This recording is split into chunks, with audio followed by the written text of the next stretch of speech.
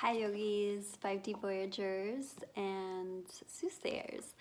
I'm going to be pulling a card for the new moon in Scorpio, which is October 27th. New moon in Scorpio here. Work through your fears. Scorpio energy is all about diving deep into the unconscious. It's about death, transformation, and rebirth, and a lot of those shadow aspect as well.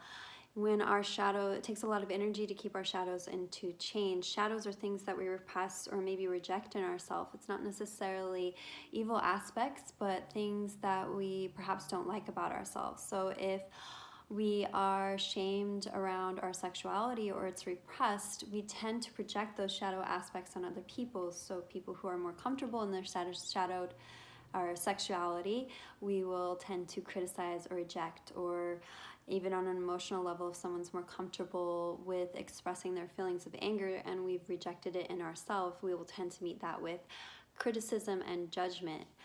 As we can move into a place of bringing the shadow into our awareness, the shadow has a destabilizing effect. It's ambiguity, it's duality. We all have this duality in us, but we can create space for that to flow through us.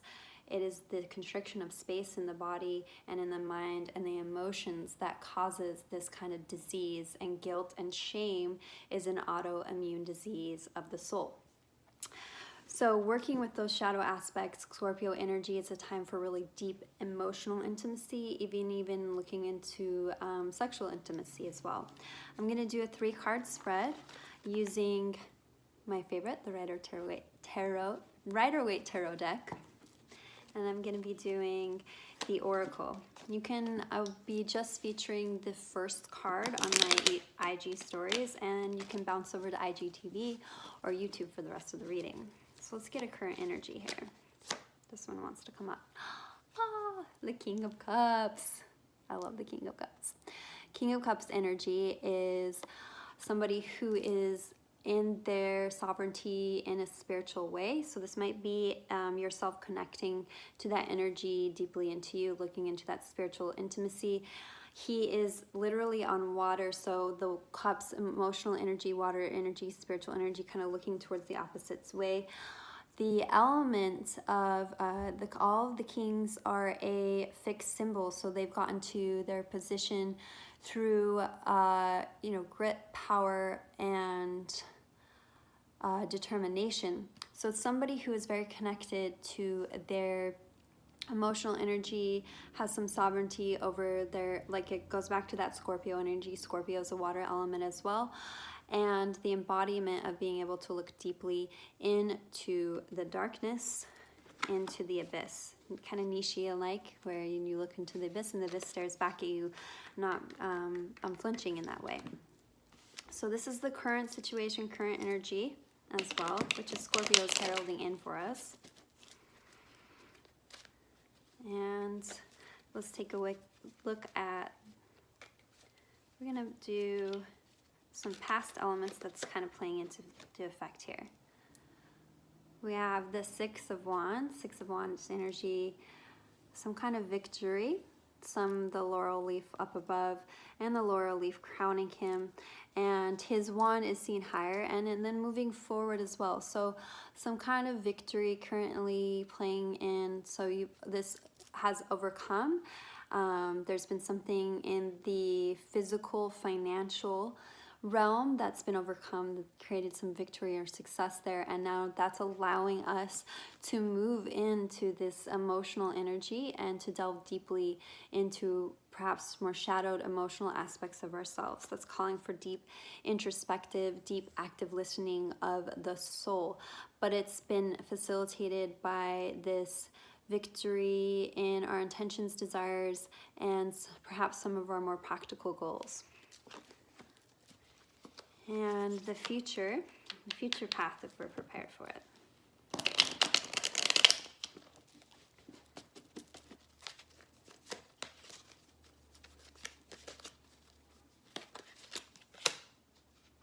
Wow. The 8 of Cups. So this is the 9th cup that we've had in this reading. The Eight of Cups, it has a combination of the sun and the moon here. So both, it's kind of a penumbra, the aspect of some things being enlightened, but like I want to say that the moon represents the deep unconscious, more shadowed, intuitive aspects, but we still have the sun behind it, so some kind of illumination on that, focusing on those intuitive aspects. He's leaving the cups behind, so there's been some stacking of the cups and going on kind of this emotional journey deep into the unknown is what I'm saying. And he's going upstream towards the mountain, towards the peak, and moving by the water, moving way through the water. So it's a call for us to move through using the emotions as a guide. Our emotions, our feelings are our first psychic awareness.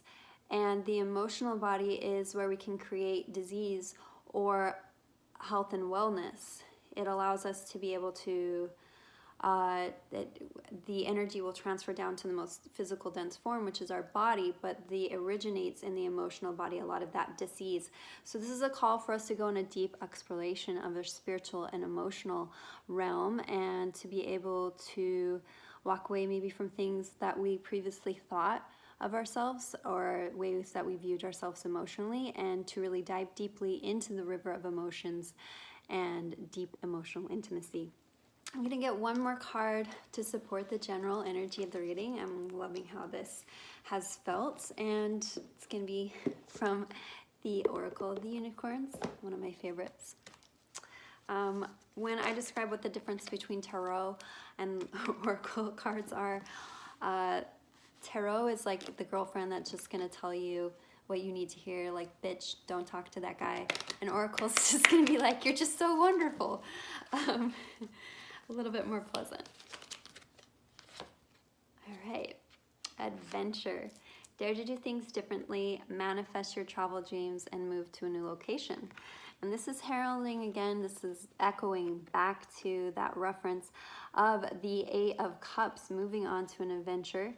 We have the kind of same illumination in the background, the Aurora Borealis, and the mystic forces moving through and allowing us to take an adventure. But I don't think necessarily it's an adventure in the physical plane. I feel like it's an adventure more in the emotional plane, and diving deep into our emotional body, especially during the Scorpio season, which will allow and create a lot of things for us. I'm getting, what I'm receiving is also more time to be spent with water, especially with the King of Cups. If we submerge ourselves in water, it's going to balance the water in ourselves, water the emotional aspects. So you can literally use water to ground yourself, like through showers, or if you submerge yourself in like a bath, then it's also going to help to release some of maybe tears for yourself as well, because it will fill up that emotional body and be able to cleanse it out. I'm going to leave that here for now. And I hope you guys have a beautiful Scorpio season, and I'll probably see you at the full moon. All right, namaste.